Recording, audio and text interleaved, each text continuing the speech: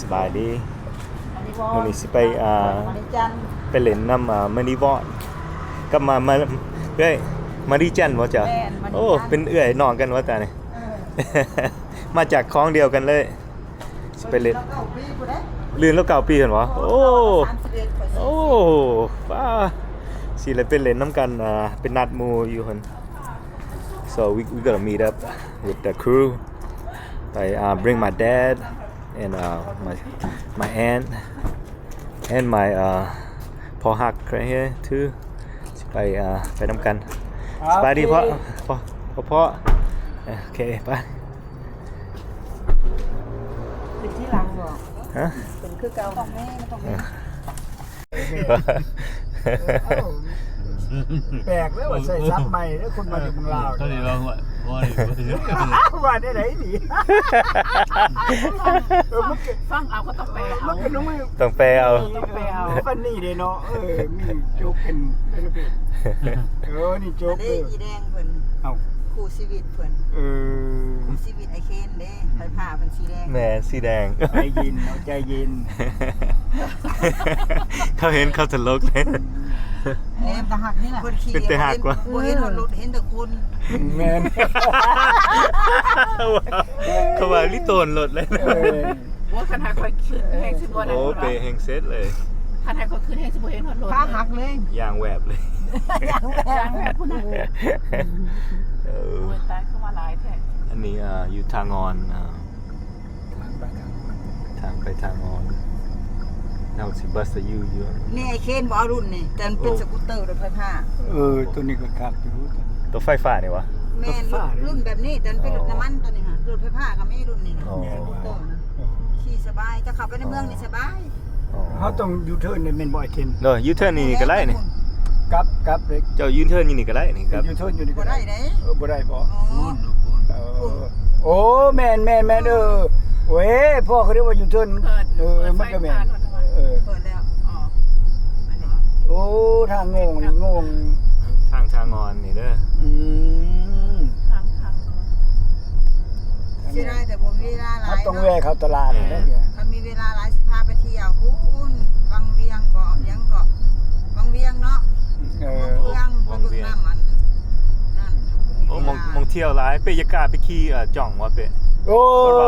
บอลลูนเนี่ยบอลลูนอย่ามีเนาะจ้างเงินของบ่ขี่พอดีบอลลูนก็ไปอันนั้นแบบห้วยเฮามาไปต้องไปวะบ่ไปอันนั้นบอลสวิงนะโอ้สวิงรุ่นก็ไปถึงนึงบ่ยังของตาดฟ้าตาดฟ้าอย่าตาดฟ้าตาดฟ้าอยู่กับเซ่ปากเซ่เนี่ยกับผู้พาม่านเนี่ยตัดพานตัดเนืองตัดพานตัดเนืองผู้พาม่านก็เฮาลงไปนี่เฮาต้องไปแว่ผู้พาม่านแล้วอยู่รักเศร้านี่ก็ไปรักเศร้ากลับไปพุ่นแล้วตีฮอดพุ่นแล้วก็แม่นนั่นล่ะเอาอมเอวเนี่ยมันทัวร์กันเถอะแม่นเว้าล่ะแต่ว่าคันไปเฮาพาไปทัวร์โลดออกแต่เช้าได้เลยมาจังทัวร์แม่นคันต้องมาแต่ละทีมันก็บ่ว่าอยู่ไกลๆแม่นมันอยู่คนละโซนอันนี้ใช่มั้ยที่เฮาต้องยูเทิร์นแม่นแล้วยูเทิร์นอันนี้ไปบ้านหยังก็แต่นี่สามเหลี่ยมตัวนี้ไปวนค่ำแม่นบ่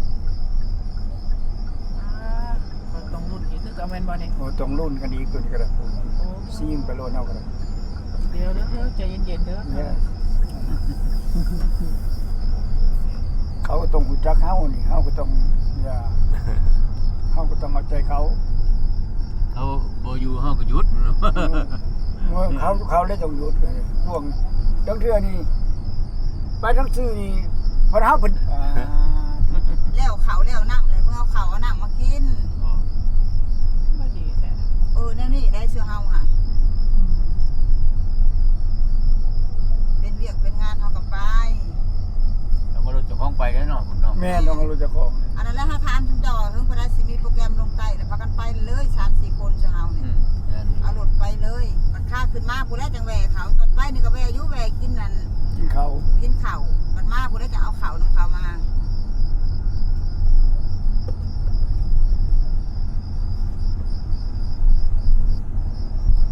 Gecko, a big old gecko. It's a big gecko. Yeah. got a whole bunch of them though. A whole bunch of different color one. See this side right here too. Ooh, look at that one. It's a gecko. She sell them gecko. ขายนะ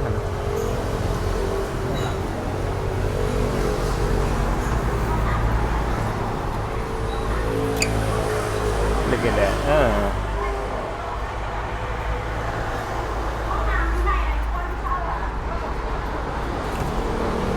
Ooh, look at this one right here. เอาเบิ่งบ่พอเบิ่งแกกโก้พอโซพอเบิ่งแกกเอ้ยไปใส่ได้ ตัวใหญ่จังเลยบ่ไปขาย ใหญ่เลยพออันนี้พอพอเบิ่งใหญ่เลยนะครับผมเดี๋ยว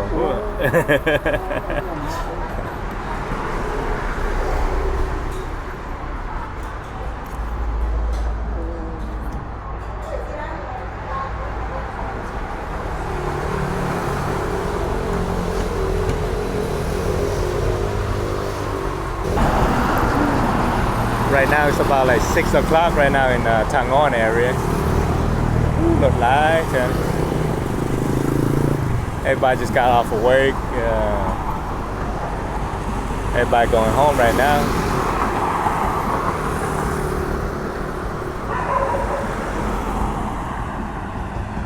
And then mình hạn phun nữa, hạnเลยบ่ไหลเนาะรถหลายคนเขากำลังเมื่อบ้านเขา Everybody going home right now. Late. It's not late. It's like it's get dark fast. About 6 o'clock. 6 โมงมันก็ค่ำแล้วThe scene นี่งามแต่มันตะเว้นกำลังตกงาม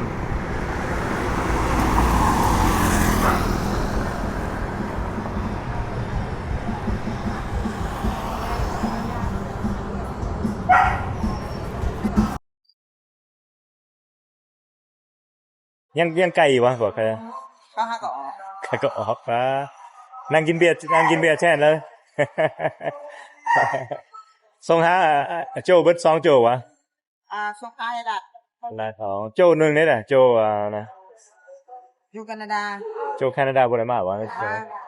เงินนะ 2,000กับนั่นน่ะ คัก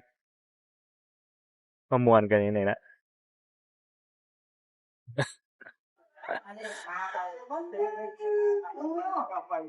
เขาอีกแล้วปันนี่นะ and sister เขา2กิโลของเซอ่ะ and my aunt and my heart so อาหาร เอาไปถึงแล้ว บ่ปอกเรา เดี๋ยวโอ้พอกมักลาบเลือดวะนี่นะ บ่ปอก โอ้ลาบเลือดสดอะไรนี่นะ ใส่ไม่ได้ แล้วโอ้ อยู่บ้านทางงอนนี่เด้อนี่เด้ออยู่นี่เด้อ ได้เจียวมันจะมา แกงหน่อไม้มาก่อนได้ ไอ้คอยกินเด้อนี่คอยกินเด้อมันถือว่าแฟมิลี่กันเบิดทุกคนเด้อนี่เด้อนี่ ก็ เด้ แล้ว อ ชิมแล้วก็อิ่มแล้วเนาะ มา เอาจะว่า มาเสีย เสียกันวะนี่โอ้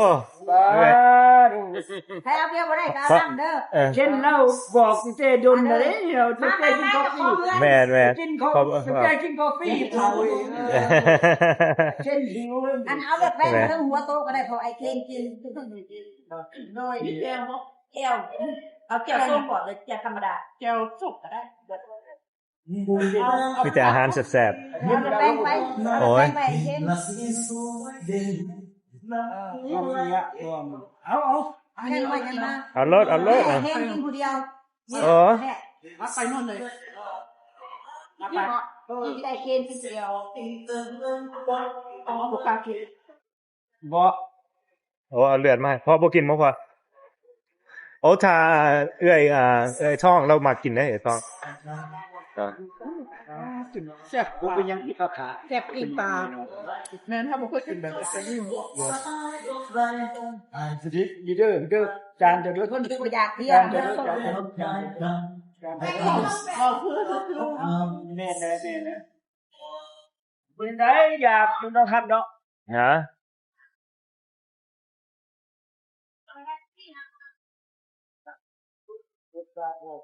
ลุงพรปิ้งปลาแซ่บ บ้านแซ่บเด้อ สิบองปีเอิญคนบอกเคยเห็นกับตาอย่างย้อยพี่น้องมาสร้างดอกตาพี่น้องมาสร้างดอกเบอร์สักคำนางโมสูกับหัวตาดาไอ้ที่ยึดติดว่าเสียหัวสาวไกล มากินข้าวเด้อลูกเด้อ อันนี้เปิดกิน ปล่อยกินน้ำกันได้จิว่าบ่แล้วก็ได้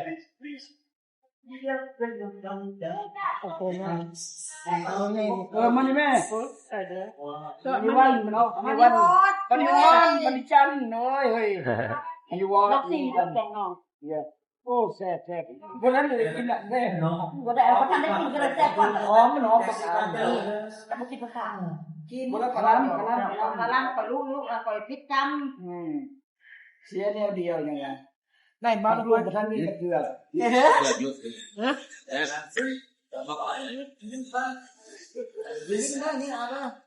แซ่บปลาแซ่บปลา ไปคือเราตึงเนาะ ฮะ จะไม่แบ่งตัวน้อยไปค่ะจ้าตา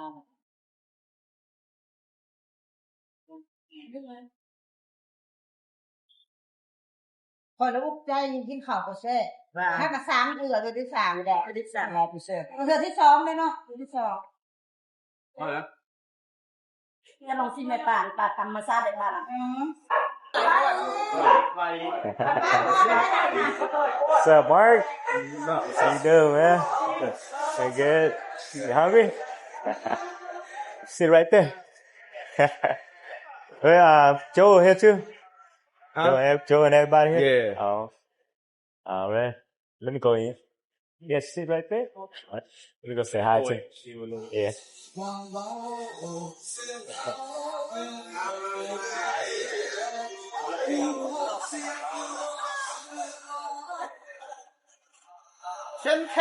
What's up, Spidey? Spidey. I love man. Woo, the whole crew here. Ooh, threeอีกแล้วนี่ Spidey, three.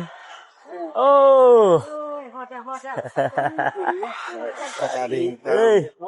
No, I said. Hey, Tom. Nọt nè.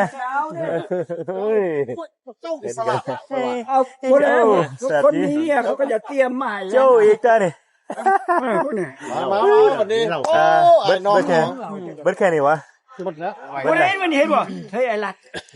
เจ้าภาพเขามาเห็นบ่จำได้พวกอะคอยเป็นเจ้าภาพคันมา แม่นเลย เขาไม่ได้ลืมเลยเนาะ บ่ได้ลืมบ่ ลูกเขาไม่ได้ลืมเลยนี่นะ แม่น เขาชื่อเจ้าภาพบ่ เนาะเพิ่นว่าตอนนั้นเนาะ อาจารย์แม่ว่าบ่ได้ยินเจ้าได้ยินบ่อาจารย์อะไรมืออยู่หั่นเด้เพิ่นการ โอ้ยน้องเรายังจำเลยเนี่ย แล้วว่าจะได้บอกเมาห้ามรู้มาแล้ว ปิดเลยว่าแต่ มันได้ อีหลีว่าโจ้อีหลีว่าเนี่ย VIP เลยแต่นี่ เซิร์ชนั่นน่ะโอ้ท่านยันมาแล้วนะมิสเตอร์ยัน VIP เลยไปเอ้ยไปนั่งไปเอ้ย บ่ออกพุ่นครับ เจอพอเจอพอหน่อยติเนาะเจอได้เจอกันแล้วก็เนี่ยสิไปแล้วว่าสินั่งเนี่ยยังอยู่ตินั่งอยู่น้ำพระเจ้าครับ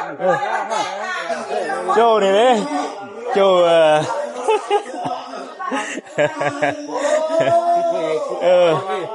แล้วตุ้ยอันนี้ตุ้ย travel เลยเด้อพ่อแม่พี่น้องเนี่ยติดต่อหลายแล้วโอ้ไล่เลยเด้อ certified เลยเด้อตานี่ certified แล้วก็ล้างมือวะ ใจเด้อมาลิ้นน่ะใจเขา เป็นแฟนไปแล้วนี่น้อง ยกแล้วบ่จิบแล้วค่อยใหม่ได้โอ้ยเอาคนใจเลยได้ โจ้วันนี้ดาวเรือได้ไงดาวเรือ โอ้บ่ได้ดาวเรือเรื่องประเทศปฏิวัติได้ดาวเรือก็ได้ยังฟังอยู่เมื่อกี้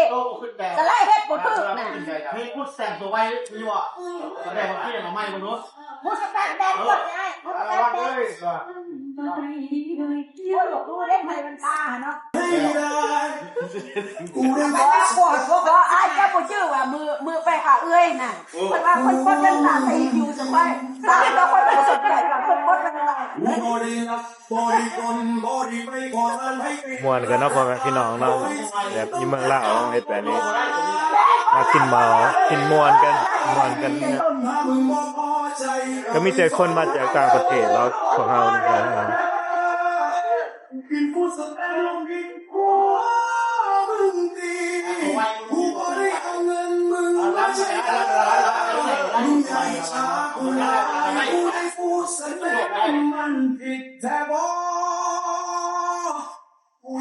เอาไอ้เมื่อน่ะบ่ตะกองน้ำคนเมื่อนั้นคนมันหมดละบทช่วห้องน้ำนี่ห้องน้ำห้องหลังนั่นเองมีสองห้องน้ำห้องใดห้องทำล่างก็ได้ห้องทั้งนี้ก็ได้เพราะว่าเราเปิดบ้านเราห้องหลังเราเปิดเอาเส้นมาขึ้นได้ไงนะจังใจกันหัวหน้าเปิดในการเลยให้อันนี้ไปเบาบ่เอาโลดนะพูดเลยนะชีวิตมันก็ได้งามคือในรูปใจกูเคยทำงานทุกมือเลยจนแขนขาล้าได้ของคอยเหลือเล็กน้อยไม่อยากมาดูถูกกูจริงก็คือฝากกูบ่ได้เบียดน้ำไผ่มึงฝากมาเพื่อสร้าง เราต้องเอาเป็นยกขวดเอาไว้เราแจ้งมาอยู่เนาะแต่ว่าเราเหี่ยวก็แจ้งมาสิ่งต้องเอายกขวดกินปูโอ้เพลงนี้ตับคนร้านรวมไม่กลางแล้วดิน่ะผู้เดียวนะคนไม่กล้าอยู่แล้วตั้งเลยพิษพอตั้งเพื่อนเป็นแก๊กตับผู้เดียวมันให้ใจก็ทุกคนมึงโมเมนต์คนใจให้ชีวิตมันยาว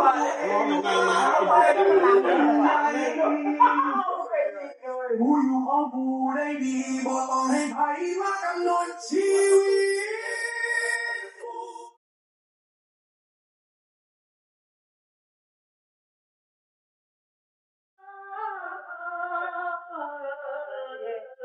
ตื่นกัน โอ้โหโอ้แบบคือ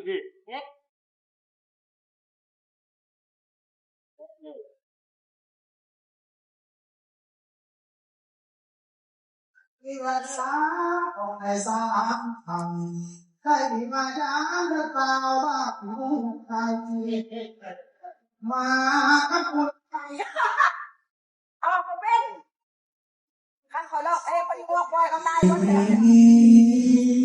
หายความไม่ตรีกับอยากให้น้องมีด้วยใจมาดีบ้าง เจ้าเป็นใครเจ้าเขา มองต่อหน้า ห้องเป็นอยู่วันหลังพวกเคยห้องเพลงยังเชื่อออกมาเลยเจ้าอีไอ้บ่ได้บ่เป็นสาว เคยจะเดินโอ้ยน้องโอ้ยยันควายเขาตายไปเถอะคนทำไม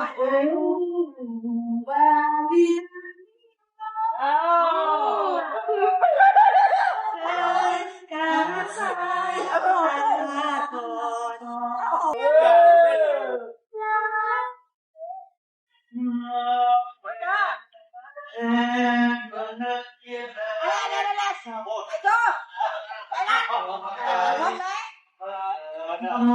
สาว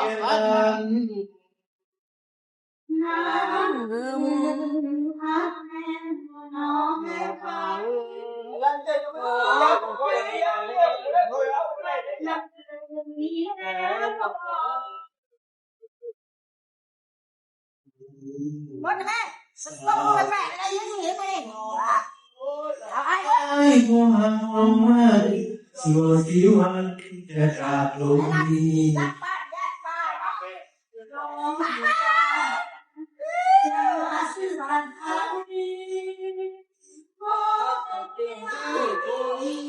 เ ล้วงปลาไอ้มันเป็นหลุม นอนแล้วน้องแก้วเราเงียบ